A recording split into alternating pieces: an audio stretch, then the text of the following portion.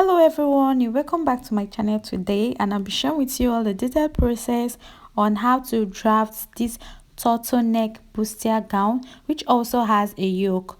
So if you watch closely, you will realize that the dress at the center and the ones at the sides of this video are not exactly the same. So the only difference is that at the end of the day, I made a separate skirt using the same net I used on the yoke area, sew a skirt and also added a belt to it.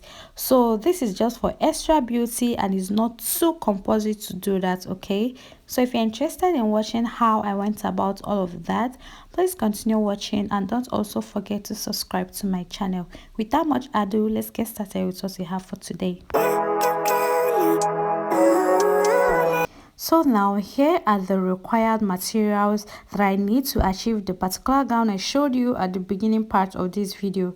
So the number one on my list right here is my zipper, and you can see that it can open up entirely. So the second one I have right here is my hairstay, and the third one I have right here is my net, which is orange in color. I also have my lining piece, which is also orange in color, and this orange was actually gotten from a particular color from my actual fabric, as you can see me pointing it right there. So this last one I have now is my Ankara fabric, which I used about 2.5 yards to sew this gown. So it all depends on your size, okay? So now for my working tools, this is what I have: my stretch ruler, I have my curve ruler, here is my pin, I have my scissors, I have my marker, and also my chalk at the sides. So these are just basically all you need, and your pattern paper, maybe white or brown. So now I'm going to get started by drafting a half scale basic bodice for this my gown. So before you get started, you actually have to subtract your half scale basic bodice from your full gown length.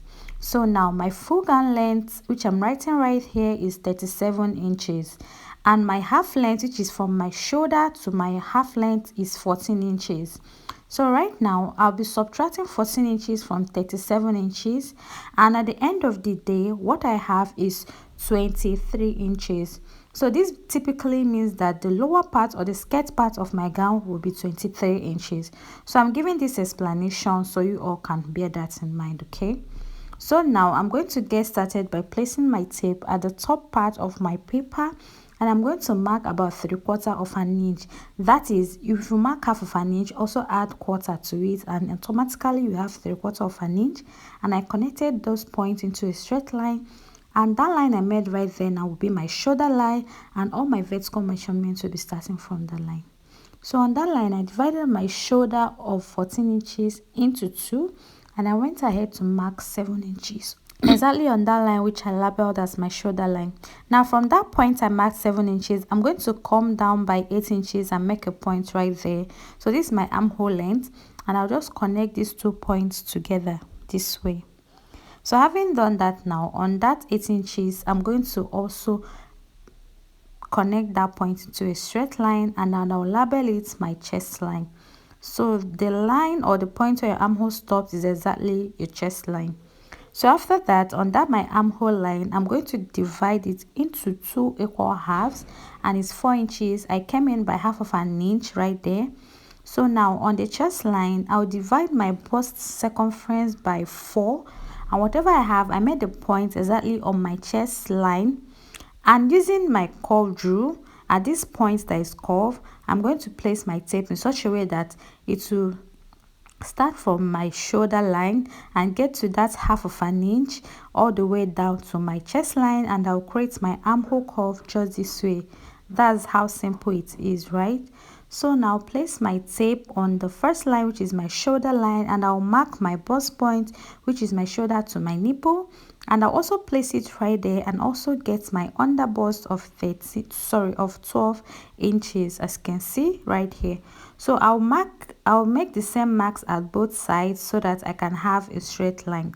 So this I'm marking right here is my half length of 14.5 inches. So after making all these points, I went ahead to connect them into a straight line just this way, and you can see I have a straight line. So that's the essence of marking it at both sides. So I'll go ahead and label the first line underneath my chest line, my bust points. I have my under bust as the third line, sorry, and the last one is my half length, or you can call it your waistline. Okay, so now I've done that. I divided my nipple to nipple of 6 inches into 2. Then from the center front of my paper, I'm going to mark 3 inches on all of these lines. So you can see this is your nipple to your nipple measurements. Okay, so after making the points on these lines, I went ahead to connect them into a straight line upward this way. So if you're not familiar with your body measurements, I'll drop the link to that tutorial in my comment section. Okay, so right here now I'm going to mark my yoke. That is the part where I fixed my net. All right, so it's actually going to be 5 inches, and I'm going to achieve that by placing my tape at that first line, which is my shoulder line, and I'm marking 5 inches. So 5 inches is not the standard for your yoke. You can go higher or lower or add more inches to that. It all depends on how much cleavage you are ready and willing to show. Okay, so now I marked my nipple to nipple point under my yoke line, exactly where my yoke is going to start, and now connect my dart line up the way up to that point. So I labeled it my Y, so that you know that from that point upward will be my yoke, and that will be where my nets will be fixed. I hope you understand. Now the next is to create our darts. So from the center front, from my dart leg, I went away by 1/2 inch, as you can see. So that part facing me is my center front. Now from my bust point line, I came down by just 1/2 inch as well.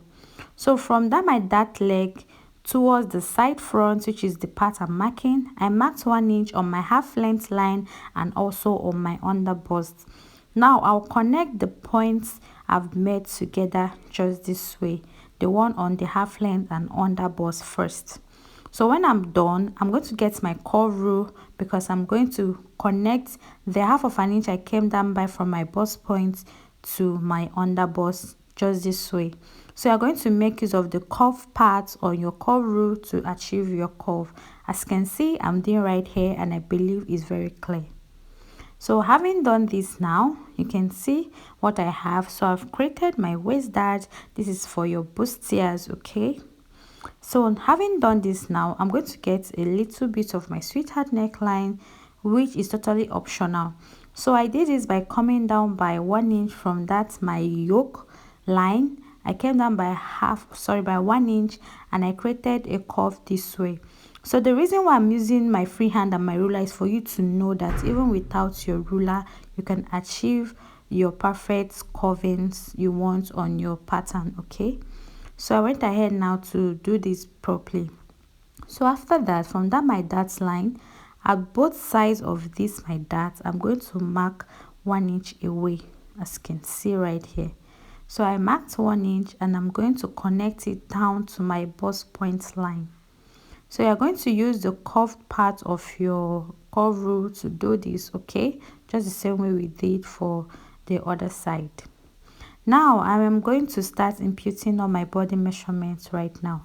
So I divided my my waist circumference by 4, and whatever I had, I made a point on my half length.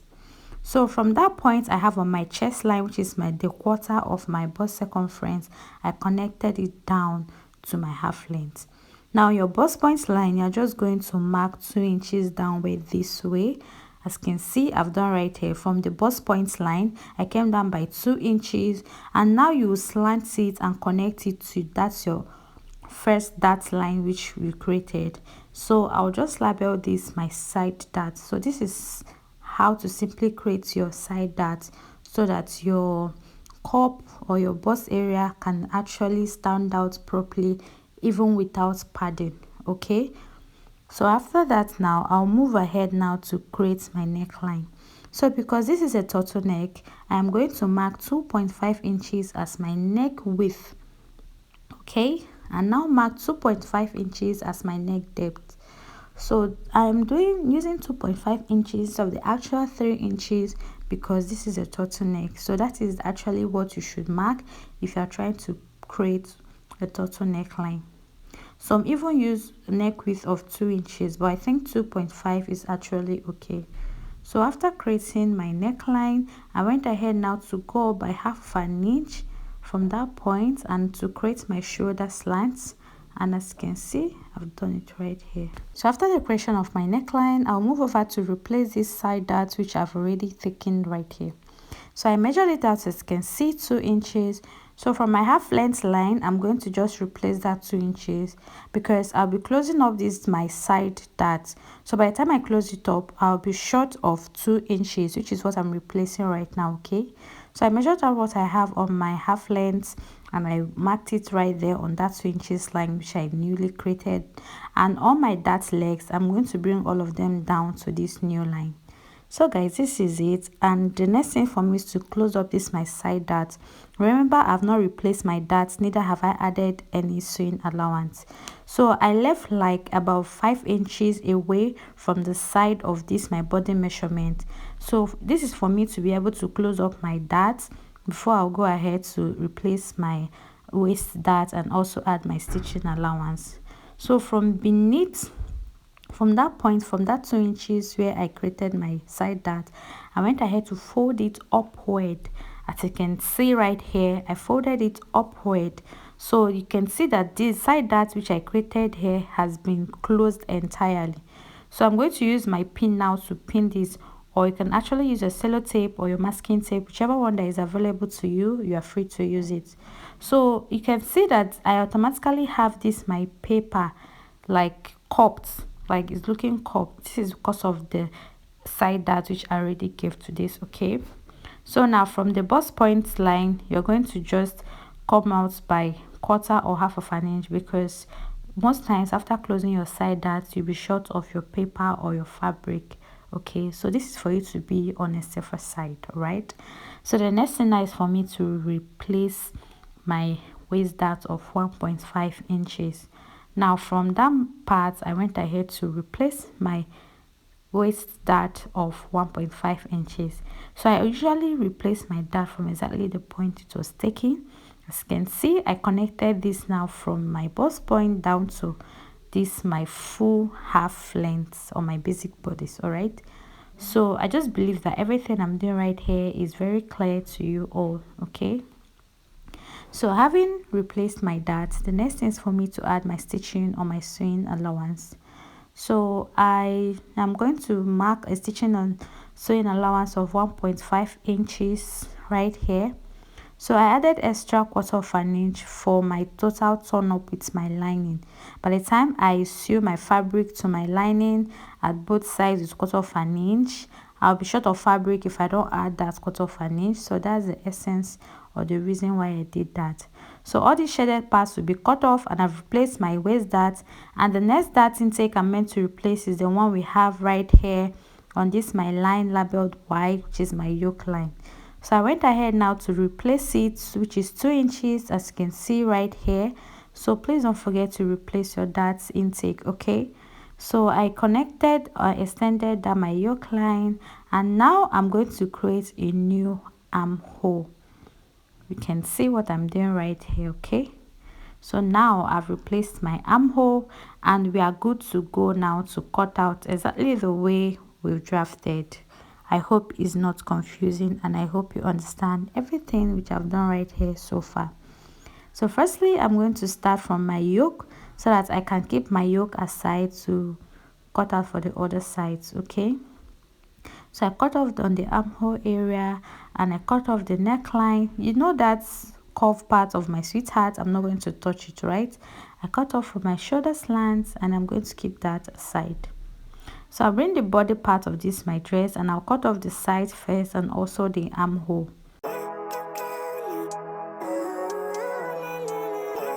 So now the next I'm going to do is to come to my dart, and I'm simply going to cut through and cut out all the shaded parts of my darts, as you can see right here. Every day, late at night, not okay. All I want, and I pray, all I need are some better days. But I've never seen clearer. I don't really think anyone can save me, and honestly. So you can see what I have. So this side dart actually helps your cup to be fully cut. Okay, it helps it to be more pronounced. Then I went ahead to label. I'll take all of this aside right now so that I can draft out for the back part of our half scale basic bodice. So I got started by marking 1 inch from the center of my paper. So this is for my zip allowance, and now I'm extending that shoulder line into this other clean part of my paper I have. And of course I've gone ahead to also label that 1 inch my zip allowance. So for my shoulder, I marked it on that first line, and I marked my armhole line, which I'm just like recreating or doing everything I did for the front part. That's exactly what I'm doing right here for the upper part. So here is me recreating my armhole, which I already done when I was drafting the front part of our dress. Okay, so this is me marking my bust points, under bust points, and my half length. So these are all these lines, which I'll also go ahead to label as well. Okay, so for this back half scale bodies, we are not going to add extra 2 inches to that. You know, the reason we added 2 inches to the front part after taking aside that is because your bust makes your half length in front longer than that on your back. Okay, so you can see that I also marked my nipple to nipple points on all these lines, and now I took my 5 inches for my yoke line, which is the same thing I did for the front part of my dress. So at both sides on this my dart leg, which I created earlier, I marked ½ inch at both sides and connected it up to my bust point this way. So having done this, now I divided my waist circumference by 4, and I'm making a direct connection to my chest line, exactly that point where I marked the quarter of my bust circumference. Now I am replacing my dart from exactly where it was taken, and the next I am also adding my 1.5 inches for sewing allowance, an extra quarter of an inch, which is for my total turn up. Okay, so this is like how easy it is, and I just went ahead to create this my armhole to be curved perfectly. So now watch carefully on the neckline. For the depth of my neckline for the back, I marked 3/4 of an inch. Okay, you can actually use ½ of an inch for the neck depth. Okay, but for the neck width I maintained my 2.5 inches, but for the neck depth I used 3/4 of an inch, or you can use just ½ of an inch. Okay, so I'm done now with the back basic bodies, and from that my half length I'm going to mark ½ of an inch outward this way, and I'll go up by 5.5 inches. So right now I'm going to slant this ½ inch I came out by up to that 5.5 inches point which I made right there, and now I'll go ahead to cut out. So you can see, and I believe that everything I did right here was very clear and very understanding, right? So I cut off my armhole, and the next I'll cut off now is the yoke part. And for that my dart, I'm not actually going to cut it off because I'll be creating a dart on my actual fabric. Okay, so I'm going to cut out all of this piece on my fabric, and boom, this is what I have. So this is for my back part. I've cut out my lining piece, I cut out my hairstay, and for the yoke part you can see that I cut out using that net I showed you for the front and the back yoke. As you can see, I also added ½ inch at both sides, at the upper and the lower part of my back dress, and for my side front I added ½ of an inch at the sides, at the top, and also at the half length. I cut out my hairstay as well, which I'm ironing to both my actual fabric and also to my lining piece. So I went ahead now to remove this my yoke, my pepper, so that I can spread out this my fabric for you all to see what I have. And please don't forget that while cutting, you're going to cut out on fold. Please, you're cutting out on fold for both your fabric and your lining piece. Okay, so this is what I have. And while cutting now, don't also forget to notch your dart line, okay, for your under bust and also your bust point, so that it can align while fixing. So this is all for the upper parts, and I went ahead to also cut out for the lower part, which is the skirt part of our gown. So if you watch closely right here, I also went ahead to notch my dart lines. Okay, then for this my front part of my skirt, you can see that my lining is shorter, and I also cut out on fold. So the reason I did this is because I want my fabric to be inside. So by the time I'm joining my fabric to my lining, if I stitch, I'll have my fabric inside this way. So I reduce it by 2 inches. So guys, this is it for the drafting of this particular dress. In my next tutorial, I'll be taking you all through on how to join all of these drafted pieces, and also how to fix your band to your neckline properly. I hope you found this tutorial helpful, guys. See you in my next one, and do have a lovely day ahead of you. Bye.